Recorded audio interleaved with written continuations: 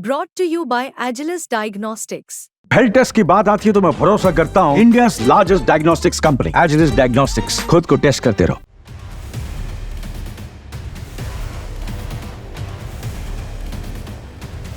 कहावत है कि जिस थाली में खाना उसी में छेद करना। कुछ ऐसा ही हो रहा जब अन्य देशों के लोग अमेरिका की सीमाओं को अवैध रूप से पार कर रहे और इस अवैध प्रवास का असर अब ट्रंप के हालिया निर्णय से साफ नजर आ रहा। अमेरिकी चुनाव में जीत हासिल करने के 24 घंटे के अंदर ही डोनाल्ड ट्रंप ने एक ऐसा बड़ा बयान दिया जिसने इल्लीगल इमिग्रेंट्स की मुश्किलें और बढ़ा दी है। न्यूयॉर्क के मेयर ने इल्लीगल इमिग्रेंट के लिए मिलने वाली फ्री फूड वाउचर्स और कई सेवाओं को समाप्त कर दिया है और ऐसा लगता है कि जल्दी फ्री हाउसिंग पर भी बड़ा फैसला आ सकता है। चलिए जानते हैं कि ट्रंप की इस सख्ती का क्या कारण है और क्या ये भारतीयों पर जो डोंकी लगाकर अमेरिका पहुंचते हैं उन पर भी ये असर करेगा।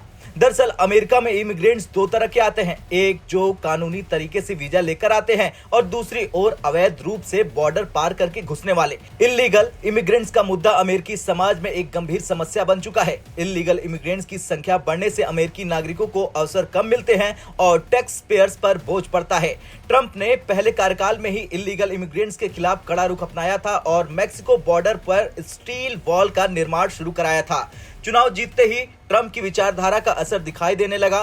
न्यूयॉर्क के मेयर एरिक एडम्स ने घोषणा की है कि अब इल्लीगल इमिग्रेंट्स के लिए दिए जाने वाले फ्री फूड वाउचर्स बंद किए जा रहे हैं। ये वाउचर्स उन परिवारों के लिए मुफ्त खाना और अन्य सहायता प्रदान करने के लिए थे।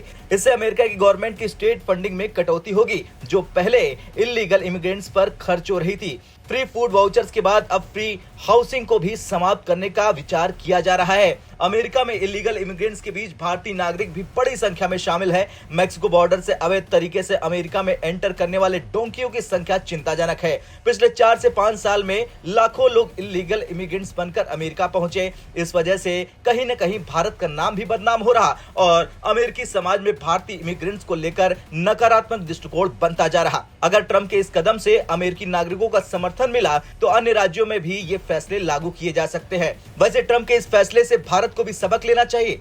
भारत सरकार को डोंकी लगाकर जाने वालों पर रोकथाम के लिए कड़े कदम उठाने होंगे। अवैध रूप से अमेरिका या अन्य देशों में जाने वाले लोग न सिर्फ वहां की अर्थव्यवस्था पर बोझ बनते हैं बल्कि कहीं न कहीं उन देशों का नाम भी खराब करते हैं जो वहां जाते हैं डोंकी बनकर।